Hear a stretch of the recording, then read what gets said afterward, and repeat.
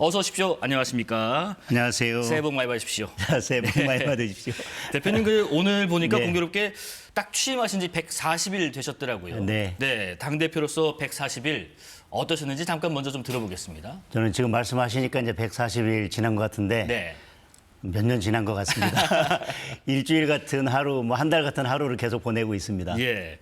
지난주에 취임 후에 처음으로 계엄에 대해서 일단 공식적인 네. 사과 기자회견을 가지셨고 네. 또 쇄신안도 동시에 발표하셨습니다. 우선은 제가 알기로 이게 사실 그 다음 날 예정이었는데 하루 좀 앞당겨서 일찍 발표하셨다고 들었거든요. 혹시 그 이유가 있었을지요? 따로 그런 건 없고 네. 본래 7일, 8일, 9일, 3일을 두고 여러 가지 고민을 하고 있었는데요. 그 주말쯤에 또 더불어민주당은 원내대표 선출도 있고 뭐 네. 최고위원 선출도 잡히고 그래서 뭐 하루라도 빨리 하는 게 좋겠다 싶어서 3일 중에서 가장 빠른 날인 7일로 결정한 겁니다. 예, 이 쇄신안을 잠깐 보면서 또 여쭤보겠습니다. 네. 이 쇄신안을 보면요, 이기는 변화라는 큰 틀 안에서 청년, 전문가 중심의 정당, 그리고 국민 공감 연대, 그러면서 이재명 독재를 막는다면 누구와도 힘을 모으겠다라고 하셨습니다. 지난주 기자회견을 하시면서 또 하나가 지금 빨간색 넥타이가 아니라 그 주황색 넥타이를 네. 매셨다 보니까 네. 이 개혁신당의 당 색깔이 또 주황색이란 말이죠. 그러다 보니까 여러 가지 해석들이 나왔습니다. 단도직입적 한번 여쭤볼게요. 개혁신당과 앞으로 선거에 있어서 연대 내지는 뭐 더 나아가서 합당 가능성까지 충분히 생각할 수 있는 부분일까요? 우리가 정치에 있어서 연대라고 하면 제가 그날 누구하고도 이렇게 힘을 합치겠다는 말씀을 드렸습니다. 예. 그런데 뭐 정책 연대부터 시작해서 선거에 있어서의 느슨한 연대, 그리고 선거에 있어서 강한 연대, 그렇죠. 그리고 마지막에는 합당까지 이야기할 수 있을 것 같습니다. 어제 이준석 대표가 조국 대표 그리고 저에게 특검법 통과를 위해서는 야 3당이 힘을 합치자 이런 제안을 해줬고 예. 제가 조건 없이 수용을 했습니다. 그렇죠. 지금 이제 정책 연대를 하고 있습니다. 그래서 이런 국면에서 야 3당이 정책 연대를 하는 것은 매우 의미 있다고 생각하고 다만 조국 대표가 약간 소극적인 입장을 보이는 것에 대해서는 좀 아쉽게 생각합니다. 지금은 정책 연대 단계이고 예. 선거에 있어서의 연대나 그 다음 문제들은 지금 논할 단계는 아닌 것 같습니다.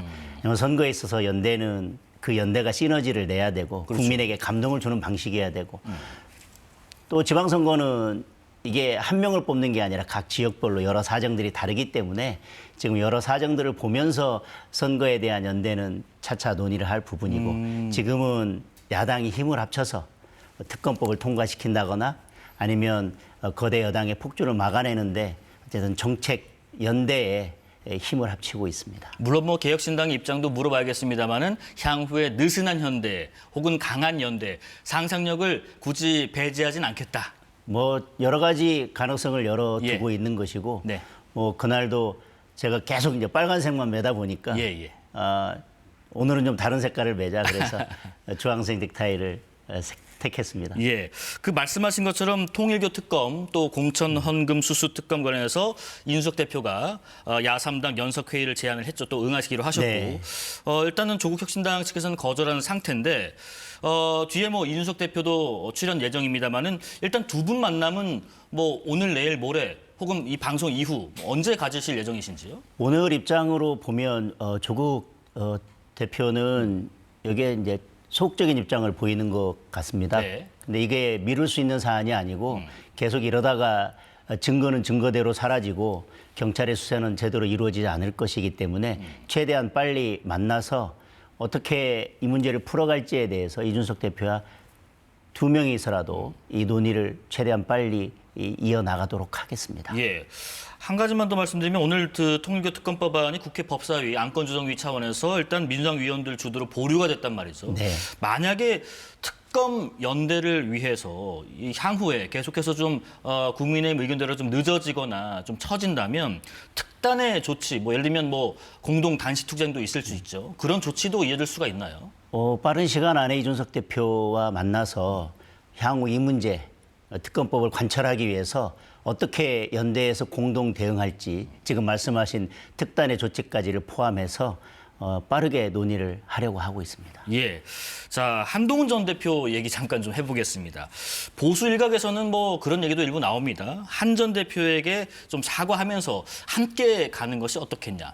그런 의견에 대해서는 어떤 입장이세요? 지금 뭐 통합이나 연대 또 선거를 앞두고 뭐 당의 하나로 뭉쳐서 가야 되는 거 아니냐 여러 말씀들을 주고 계십니다. 그렇죠. 근데 말씀드린 것처럼 뭐 통합이든 연대든 그것이 시너지를 내야 되고 오히려 그런 것들이 다른 갈등을 불러온다거나 시너지에 방해가 된다면 네. 오히려 그것은 통합이나 연대 본래의 의미와는 맞지 않을 것입니다. 그리고 지금 당원 게시판 사태의 문제는 이미 당무감사위원회를 거쳐서 윤리위로 넘어가 있습니다. 그렇죠. 저는 뭐 통합이나 연대도 좋지만 당의 원칙을 세우는 문제 그리고 당의 기강을 세우는 문제와 통합, 연대의 문제는 분리해서 생각할 필요가 있다는 생각입니다. 예. 당의 원칙과 기강을 세우지 않고 무작정 연대나 통합만을 이야기한다면 오히려 그것이 당의 힘을 떨어뜨릴 수도 있고 장기적으로는 오히려 당의 마이너스가 될 수도 있다고 생각합니다. 지금은 윤리위로 넘어가 있는 상태이기 때문에 윤리의 결정을 지켜보도록 하겠습니다. 분명히 좀 짚고 넘어가야 할 부분 또 구분해야 될 사안은 별개를 보는 것이 맞겠다라는 것으로 제가 좀 이해가 되는데 만약에 한 전 대표 당원 게시판 이 윤리위 관련해서 중징계가 만약에 나올 경우에는 이면 당내 예를 들면 소위 말하는 친한계 의원분들의 좀 반발 가능성 또 당 내부의 어떤 균열 가능성에 대해서도 대표 입장에서 상당히 걱정이 되실 수밖에 없을 것 같은데 어떠신가요? 뭐 여러 예상이 가능하겠지만 네. 이 사건의 본질을 국민들께서도 잘 알고 계실 거라고 생각하고 당원들께서도 알고 계시리라고 생각합니다. 이 사건의 본질은 단순히 익명 게시판에 익명으로 글을 올린 거에서 끝나는 것이 아닙니다. 그리고 그 이후에 여러 일련의 오늘에 오기까지 한동훈 전 대표가 설명한 것이나 당원들에게 보인 여러 모습들이 있고 또 여러 태도들이 있기 때문에 예. 뭐 저는 그런 것까지 다 윤리위에서 종합적으로 고려해서 윤리위의 결정을 할 거라고 생각합니다. 당의 여러 문제를 해결하고 당의 기강을 잡고 원칙을 세우기 위해서 윤리위원회가 있는 것입니다. 그렇죠. 근데 윤리위원회 결정에 대해서 존중하지 않고 여기에 대해서 또 다른 분란들이 된다면 저는 그건 당에 결코 바람직한 일이 아니다. 지금은 여당의 여러 악재들이 있는데 우리 당내 여러 갈등들이 있기 때문에 그 악재에도 불구하고 저희 국민의힘이 국민으로부터 마음을 얻지 못하고 있습니다. 윤리위에서 어떤 결정이 내려지든 윤리의 결정을 존중하고 이 문제를 거기에서 종결하고 저희가 이제 쇄신하면서 미래로 나아가야지 또 윤리의 문제를 가지고 또 당내 분란이 이어진다면 저희가 앞으로 지방선거를 치러야 되고 당을 쇄신하고 또 미래로 나가는 데 있어서 그 자체가 또 하나의 큰 걸림돌이 될 수 있다. 그래서 당의 기강을 세우고 당의 질서를 세우기 위해서 윤리위원회를 둔 이상 윤리위원회의 결정은 존중돼야 된다고 생각합니다. 예. 자, 대표님의 그 기자회견 당시의 사과 또 쇄신안 두고도 그런 입장이 분분하더라고요. 환영하는 분들도 있었습니다. 네. 근데 이제 좀 아쉽다는 분들도 분명히 있었어요. 예를 들면은 그런 얘기였던 것 같아요. 무엇보다 그 윤석열 전 대통령과의 명확하게 뭐 끊겠다, 절연하겠다, 뭐 이런 등등의 메시지가 직접적으로는 없어서 좀 아쉬움이 크다. 일부 또 당내 초재선 의원들은 당내 내부 인테리어 수준에 머무는 것이 참 아쉽다. 이런 평가도 있는데 이 평가에 대해서는 어떤 의견이세요? 제가 발표한 쇄신안에 대해서는 여러 가지 평가가 있을 수도 있다고 생각합니다. 당대표는 전체 국민을 바라봐야 되고 또 전체 당원도 바라보면서 국민에게 던지는 메시지 그리고 전체 당원에게 던지는 메시지를 내야 된다고 생각을 합니다. 네. 제가 던진 메시지, 특히 과거 문제에 대한 메시지의 진정성은 제가 앞으로 어떤 모습을 보여주느냐에 제 진정성이 드러나는 것이지 거기에서 어떤 분들이 원하는 특정 단어가 들어가 있느냐 없느냐로 그 진정성을 따질 것은 아니라고 생각합니다. 그 입장문은 제가 한 글자 한 글자, 한 단어 한 단어, 한 문장 한 문장을 제가 직접 손으로 쓴 것입니다. 저는 당 대표로서 낼 수 있는 입장을 냈고 제가 당 대표로서 고민 끝에 낸 표현들입니다. 저는 거기에 여러 내용들이 충분히 담겨 있다고 생각하고 거기에 저의 진정성은 충분히 들어가 있다고 생각합니다. 이제 보여줄 것은 그것을 앞으로 당을 쇄신하거나 당을 이끌어가면서 제가 행동으로 결과로 보여줘야 된다고 생각을 합니다. 특정 단어가 들어있느냐 없느냐를 가지고 그것을 그렇게 평가할 문제는 아니라고 생각을 합니다. 예. 또 한 가지가 그 쇄신안 발표를 하시면서 당원 중심의 정당을 만들겠다 이렇게 공언을 하셨는데 특히나 이제 주요 현안에 대해서는 전당원 투표를 시작했다는 보관도 밝히셨어요. 근데 일각에서는 이 강성 당원들의 입지를 더 키우기 위한 부분 아닌가라는 의문을 제기하는 부분도 있는 것 같아요. 그런 의문은 오해인 것 같습니다. 네. 예를 들면 이번에 제가 당대표가 되고 나서 당명 개정을 추진하면서 처음으로 전당원 투표를 했습니다. 네. 저는 이건 당연히 그동안 한 번도 우리가 당명을 개정하면서 전당원 투표를 했던 적은 없었던 것 같습니다. 처음으로 전당원 투표를 했는데 저는 당명을 개정하는 이런 문제야말로 당연히 전 당원의 의사를 물어야 한다고 생각합니다. 정당은 예. 당원이 주인인 조직입니다. 그리고 모든 권리와 권한은 당원에게 우선적으로 주어져야 된다고 생각합니다. 네. 저는 우리 전 당원을 어떤 강성 당원들의 특정한 의사에서 움직여지는 그런 정당이라고 생각하지 않습니다. 저는 전 당원, 더군다나 이제 100만 당원의 시대를 열었는데 저는 그런 분들의 의사가 우리 당을 합리적으로 앞으로 끌고 가는 그런 결정을 해 주실 거라고 생각을 합니다. 그리고 예를 들면 일정 수 이상의 당원들께서 요구하시면 당원 투표를 하게 되지만 네. 모든 사안에 대해서 하는 것이 아니라 최고위원회에서 의결을 거쳐서 하도록 되어 있기 때문에 이것이 어떤 오히려 당의 갈등을 유발하거나 당의 어떤 소수 목소리를 오히려 더 강화하는 측면의 그런 전당원 투표는 되지 않을 것이고요. 최고위원회에서 그런 것들을 잘 합리적으로 걸러내서 결정할 것이라고 생각합니다. 꼭 이 사안은 전 당원의 의사를 묻는 게 맞겠다. 이럴 때 아마 전 당원 투표가 실시될 거라고 생각됩니다. 자, 말씀하신 것처럼 이번에 처음으로 당명 개정에 있어서 당원 투표를 했고 오전에 결과가 나왔습니다. 68%가 찬성한다라는 네. 입장을 밝혔는데 자, 이것의 의미는 뭐라고 느끼셨습니까? 68%의 찬성. 이제는 예. 국민의힘이 좀 새로운 모습으로 변화하고 미래로 나아가는 모습을 보여줘야 된다는 그런 당원들의 의지가 모인 거라고 생각합니다. 우리가 당명을 바꾼다고 하는 것은 예. 단순히 무슨 명칭만 바꾸는 것이 아니라 이제 당명을 바꾸다 보면 그 당명에 맞는 보수정당의 가치, 우리 정당의 가치, 나아가야 될 방향이 설정될 것입니다. 오히려 저는 먼저 당명이 먼저가 아니라 우리 당이 어떻게 나아갈지에 대한 큰 틀이 정해지고 방향이 정해지면 그 방향에 맞는 당명이 따라와야 된다고 생각합니다. 그러려면 당원 당규나 정강 이런 것들이 바뀌어야 되겠지만 네. 그래도 의견을 모아서 큰 틀에서의 방향을 정하고 그 방향에 맞는 당명을 선택을 하겠습니다. 결국은 이렇게 새롭게 당명을 바꾸고 우리가 새롭게 국민의힘이 나가야 될 방향과 가치를 재정립한다고 하는 것은 그동안 부족했던 모습들을 버리고 네. 또 그동안 국민들께 실망시켜드렸던 모습들을 버리고 이제 국민에게 희망을 주는 그리고 국민의 여러 민생의 문제를 보다 더 유능하게 해결해내는 그런 유능한 정당으로 좀 바뀌자라고 하는 당원들의 열망이 모여져서 거의 70% 가까이 당명 개정에 찬성을 해주셨다고 생각을 합니다. 지금 당 홈페이지에 게시된 당 연혁의 시작점인 한나라당 당명을 시작으로 보면은 이번 5번째 교체가 되더라고요. 말씀하신 것처럼 당장 이제 단순히 간판만 가는 게 아니다 이런 차원이라면 대표님께서 개인적으로 생각하시기에는 우리 당의 당명의 가치 혹은 방향, 캐치프레이즈 이런 개념과 정신이 들어가면 좋겠다는 부분이 있으실지요? 저는 보수정당의 확실한 가치는 예. 자유, 민주주의와 시장경제라고 생각합니다.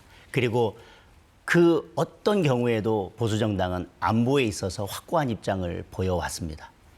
그리고 쭉 정당의 역사와 지금 대한민국이 변화해온 역사를 보면 오히려 변화와 쇄신은 보수정당이 주도해 왔었습니다.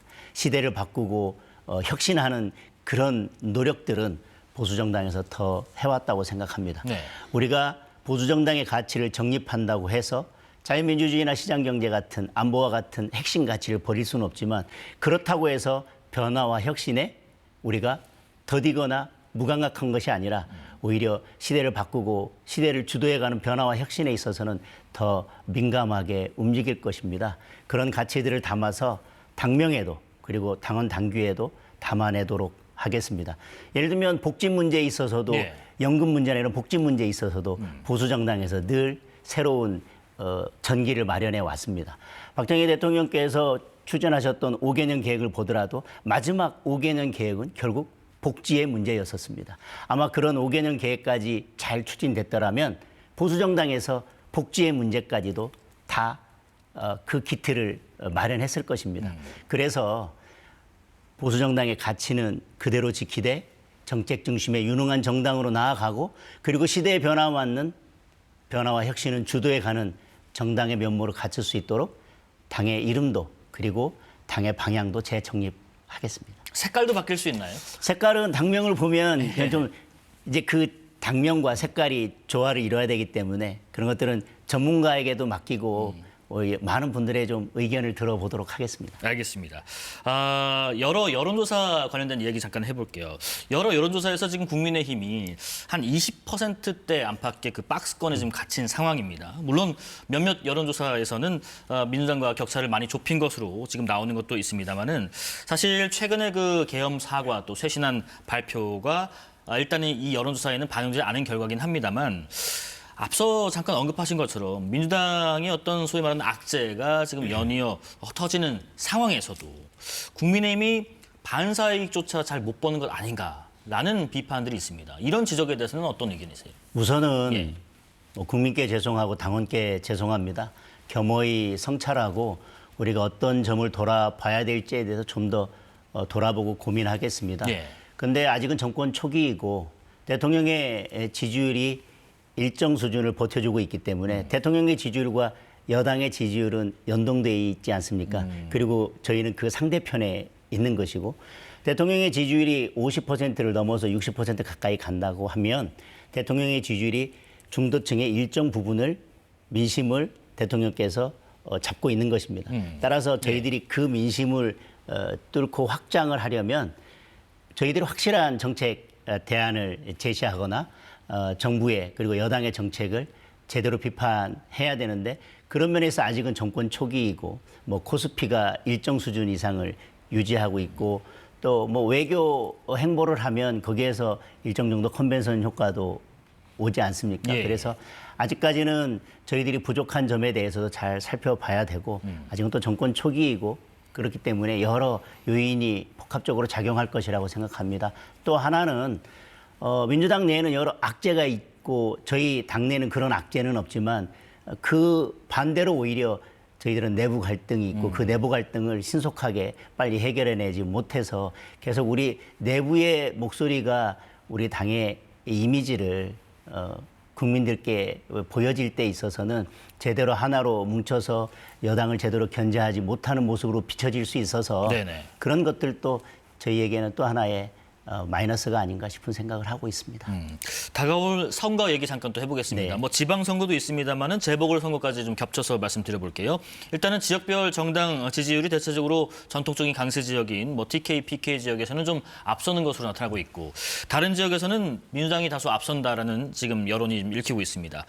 우선은 지역과 대상에 따라서 당심 반영 비율을 조정하겠다 이렇게 밝히셨었는데 예를 들면 공천이 곧 당선으로 이어지기도 한다는 뭐 PK나 TK 지역의 경우 또 수도권과 충청 이런 데 있어서 당심 반영 비율이 좀 어떻게 조정될 여지가 있는 건가요? 저는 뭐 공천관리위원회에서 예. 그 부분을 좀 더 심도 있게 논의해 주기를 기대하고 있습니다. 네. 제가 생각하는 공천은 이게 대통령 선거처럼 한 명의 후보를 뽑는 것이 아니기 때문에 각 지역별로 다 상황이 다를 겁니다. 그리고 광역도 다르고 또 기초가 다르고.